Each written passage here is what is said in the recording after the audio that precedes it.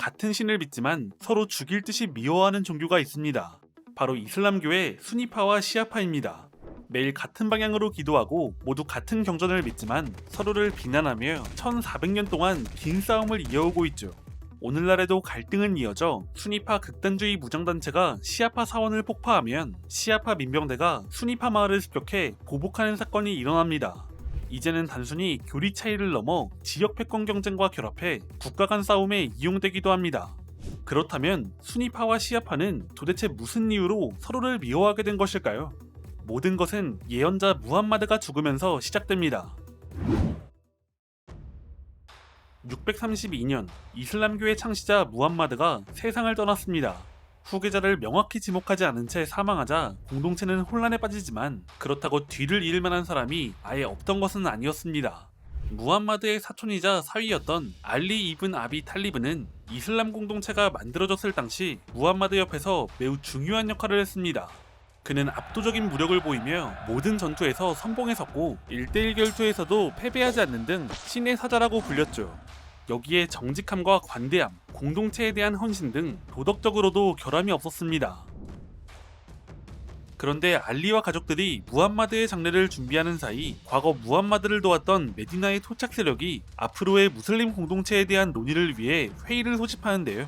무함마드의 동료이자 절친들은 메디나 토착 세력이 단독으로 지도자를 세우는 것을 막기 위해 급히 회의 장소로 달려갔고 논쟁 끝에 아부바크르를 공동체의 지도자인 칼리파로 선출하며 분열을 막았습니다. 문제는 분열은 막았지만 알리가 이 중요한 회의에서 완전히 배제되었다는 것입니다. 당시 알리의 나이는 32살로 지도자가 되기는 어려웠지만 그것과 별개로 알리의 지지자들은 매우 분노했고 알리와 그의 가문은 칼리파에 대한 충성 서약을 거부했죠. 하지만 결국 공동체의 분열을 막기 위해 6개월 만에 선출을 수용합니다. 이후 알리는 2대 칼리파 선출 과정에서도 배제되었고 3대 칼리파 선출 때는 전대 칼리파의 선례를 따르는 것을 거부하며 권력은 선례를 따르는 것에 동의한 우스만에게 돌아갑니다. 이때 이 선례를 따르는 다수가 예언자 무함마드의 순나, 다시 말해 관습을 따르고 공동체의 합의를 중요시한다고 해 수니파의 정체성을 형성합니다. 반면 알리를 지지하던 소수파는 예언자의 혈통만이 정당한 자격이라고 주장하며 자신들을 알리 추종자들이란 뜻의 시아트 알리, 줄여서 시아라고 불렀습니다. 656년 3대 칼리파 우스만에 반대하는 반란군이 우스만을 살해하는 사건이 벌어집니다. 우스만은 자신의 가문인 우마이야 가문의 친척들에게 막대한 재물과 고위직을 몰아주었다는 비난을 받았는데 이 때문에 일어난 반란이었죠. 공동체는 곧 혼란에 빠지고 우마이야 가문은 메디나에서 도망쳤습니다. 이때 메디나의 토착 세력과 반란 세력, 이주민 다수가 알리를 지지하며 칼리파가 되어달라고 요청하는데요. 알리는 이를 수락하며 4대 칼리파에 오릅니다. 칼리파가 된 알리는 타협 없는 급진적인 개혁을 단행했습니다. 우스만 때 임명된 부패한 관리들을 전원 해임했고 부족의 지위나 계종 순서에 따라 차등 지급하던 보조금을 폐지해 똑같이 분배했죠. 이는 기득권의 반발을 샀습니다.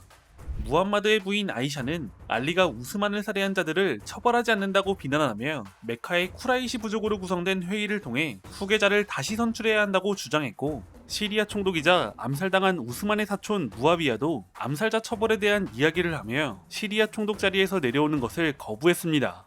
결국 아이샤가 군대를 이끌고 오며 내전이 시작되는데 이것을 아랍어로 피트나, 이때의 내전을 1차 피트나라고 합니다. 알리는 이슬람 세계의 무력 최강답게 낙타 전투에서 무함마드의 부인 아이샤를 제압했지만 아직 시리아 총독인 우마이야 가문의 무아위야가 남아있었습니다. 무아위야는 알리의 해임과 새 칼리파 선출을 위한 위원회 구성을 요구하고 있었죠. 657년 양측은 서로 10만이 넘는 대군을 이끌고 유프라테스 강 근처 시핀 평원에서 맞붙습니다. 알리는 전선에 직접 나가 병사들을 지휘했습니다.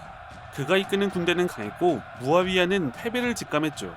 이때 그는 알리를 이기기 위해 신의 한 수를 던지는데요. 병사들의 창 끝에 이슬람 경전 쿠란을 매달게 한 다음 칼이 아닌 신의 이름으로 판결하자고 주장했습니다. 알리는 이것이 기만술이라는 것을 간파했습니다. 그러나 이를 받아들여야 한다는 내부 세력이 있었고 매우 강경한 목소리를 냈는데요. 알리는 어쩔 수 없이 군대의 분열을 막기 위해 제안을 수용하며 무아위야와 협상하게 됩니다. 그러나 이 결정은 치명적인 독이 되었습니다. 유리한 전투가 사실상 무승부가 되자 타협을 반대하던 강경파들은 알리에게 등을 돌렸죠. 반면 협상을 이끌며 알리의 경쟁자로서의 입지를 굳힌 무아위아는 다음 해인 658년 지지자들로부터 칼리파로서 충성 서약을 받으며 칼리파를 칭하기 시작합니다. 알리에게 등을 돌린 강경파는 알리를 배신자로 규정했습니다. 그리고 661년 1월 평소처럼 새벽 기도를 올리고 있던 알리를 암살합니다. 알리의 죽음은 시아파에게 단순한 지도자의 죽음이 아니었습니다. 예언자의 혈통이 신의 통치를 실현할 것이라는 정치적 희망의 소멸을 의미했죠. 그가 죽고 알리의 장남이자 무함마드의 외손자인 하산이 잠시 그 지위를 이어받았으나 이미 권력은 무아위아에게 기울었기 때문에 그와 평화조약을 맺으며 칼리파직을 양보합니다. 그러나 시아파의 순환은 여기서 끝나지 않았습니다. 시간이 지나 680년 무아위아는 죽으면서 아들 야지드에게 칼리파직을 세습시켰습니다. 야지드 1세는 당시 살아있던 알리의 차남 후세인에게 충성 서약을 강요하는데요. 하지만 후세인은 충성을 거부했습니다. 형 하산이 무아위아에게 칼리파 지위를 양보할 때 후계자를 지명하지 않고 선출의 전통을 따른다는 조건을 붙였지만 지켜지지 않았고 이것은 전통을 무너뜨리는 일이었습니다. 그러던 어느 날 후세인은 쿠파의 지지자들로부터 자신들을 이끌어달라는 요청을 받게 됩니다. 그는 추종자들을 이끌고 메디나를 떠나 쿠파로 향했는데 680년 10월 10일 쿠파 인근 카르발라에서 야지드의 군대에 가로막힙니다. 그리고 72명의 후세인 일행은 이곳에서 처참히 학살당합니다. 후세인은 끝까지 싸우다 전사했고 그의 머리는 야지드에게 보내져 200년간 우마이야 사원에 매몰됩니다. 이 카르발라의 비극은 수니파와 시아파가 영원히 갈라서는 결정적인 계기가 됩니다. 시아파에게 이날은 단순한 패배가 아니라 가장 비극적인 순교의 날이 되었고 아슈라라는 추모일을 통해 매년 후세인의 죽음을 애도하고 있습니다. 오늘날에도 아슈라는 시아파를 수니파와 구분짓고 정체성을 확인하는 중요한 의식으로 남아있습니다. 이처럼 수니파와 시아파는 초기 이슬람 공동체 안에서의 정치적 문제로 나눠졌습니다. 이들은 시간이 지나면서 서로 다른 특징을 갖게 되는데 가장 큰 차이는 종교 생활을 이끄는 지도자 이맘에 대한 해석 차이입니다. 수니파에서 이맘은 예배를 인도하고 쿠란을 가르치는 일종의 학자나 선생님 같은 존재입니다. 무함마드 이후 신과 인간 사이에는 그 누구도 끼어들 수 없다고 믿기 때문에 이맘은 신비로운 능력이 없는 평범한 인간입니다. 반면 시아파에게 이맘은 신의 대리자 혹은 신의 증거로 불립니다. 예언자의 혈통만이 우리를 구할 지혜를 가졌다고 믿죠. 지도자의 한마디 한마디에 움직이는 수직적인 위계 질서가 존재합니다. 당연히 시아파에선 앞에서 본 알리 이븐 아비 탈리브를 초대 이맘으로 보고 있습니다. 둘은 역사를 바라보는 눈도 다릅니다. 수니파는 초기 4명의 칼리파 시대를 공동체의 합의를 통해 선출된 정통성 있는 정통 칼리파 시대로 보며 가장 완벽한 시대라고 말합니다. 또한 이슬람 제국의 확장 역시 신의 축복을 증명하는 것이라고 믿으며 통치가 완벽하지 않더라도 공동체의 분열을 막고 질서를 유지하는 것을 더 중요하게 생각합니다. 오랫동안 주류로 존재해온 만큼 이미 자리 잡은 법과 전통을 지키는 현실주의적 성향이 강하죠. 반면 시아파에게 있어 무함마드 사후 역사는 정의가 패배한 역사입니다. 무함마드가 후계자로 지목했다고 믿는 알리가 배제된 순간부터 세상은 잘못된 것이죠. 특히 3대 이맘 후세인이 살해당한 사건은 정의가 짓밟힌 사건으로 봅니다. 이러한 절망 속에서 874년경 12대 이맘 무함마드 알 마흐디가 아바스 왕조의 탄압을 피해 공동체를 이끌다가 사라지는데 언젠가 종말이 오기 전에 그가 돌아와 세상을 심판하고 정의를 세울 것이라고 믿습니다. 두 종파는 성지순례에 있어서도 확연히 다른 모습을 보입니다. 무슬림이라면 평생 한 번은 메카에 방문해야 하는데 수니파는 이 메카 순례에 집중합니다. 신 앞에 모두가 평등하다는 것을 보여주기 위해 흰옷을 입고 기도에 전념하죠. 정제된 분위기 속에서 질서정연하게 모두 묵묵히 기도에 전념합니다. 물론 시아파의 경우에도 메카 순례는 동일하게 진행되지만 시아파의 성지의 경우 분위기가 확연하게 다릅니다. 알리가 묻힌 나자프와 후세인이 참수당한 카르발라는 시아파의 성지인데 시아파 무슬림들은 후세인을 추모하는 아슈라 이후 40일 뒤 나자프에 모여 카르발라까지 며칠에 걸쳐 80km를 함께 걸어갑니다. 생존자의 귀환을 기념하는 아르바인이라는 의식으로 오늘날에도 매년 수천만 명이 참여하죠. 의식은 매우 역동적인데 붉은 깃발과 검은 옷, 북소리와 통곡 소리가 울려 퍼지며 모두 슬픔을 공유하고 저항의 감정을 폭발시킵니다.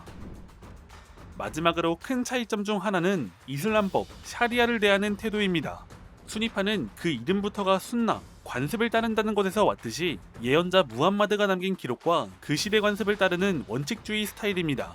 과거부터 이어진 법률 해석을 철저히 따지기 때문에 시대가 변해도 법의 기준은 잘 바뀌지 않죠. 반면 시아파는 과거의 기록만큼이나 현재 살아있는 종교 지도자들의 해석을 중요하게 생각합니다.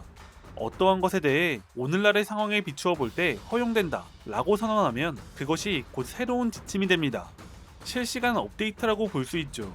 이 때문에 시아파의 최고 지도자인 아야톨라는 강력한 힘을 발휘합니다.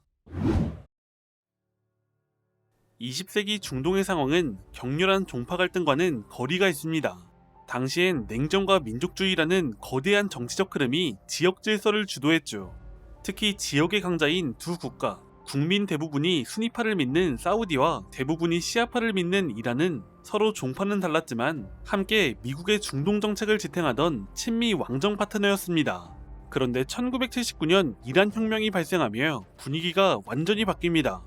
신정국가가 된 이란은 돌연 군주제는 이슬람 가르침에 위배된다 라는 폭탄 선언을 하더니 노골적으로 사우디를 비난했죠. 이에 사우디 왕가는 더 보수적인 노선을 취하는데요. 왕가가 종교적이지 않다는 비난을 막기 위해 수니파 근본주의 와하비즘의 교리를 사회 전반에 강요하며 더욱 강화시킵니다. 와하비즘은 시아파를 극도로 혐오했기 때문에 시아파 이란의 혁명 사상이 수니파 세계로 확산되는 것도 견제할 수 있다고 보았습니다.